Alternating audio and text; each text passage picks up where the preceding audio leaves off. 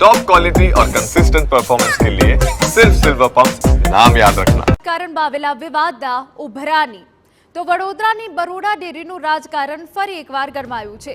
બરોડા ડેરીના ડિરેક્ટર કુલદીપસિંહ રાહુલજીના આરોપ પ્રથમવાર ધારાસભ્ય કેતન ઇનામદારે મૌન તોડ્યું છે અને વળતો પ્રહાર કર્યો છે।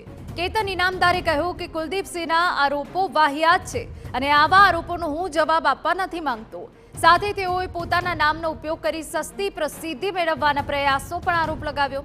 ઇનામદારે દાવો કર્યો કે જે લોકો ખોટું કરે તેમની સામે કડક કાર્યવાહી થવી જોઈએ।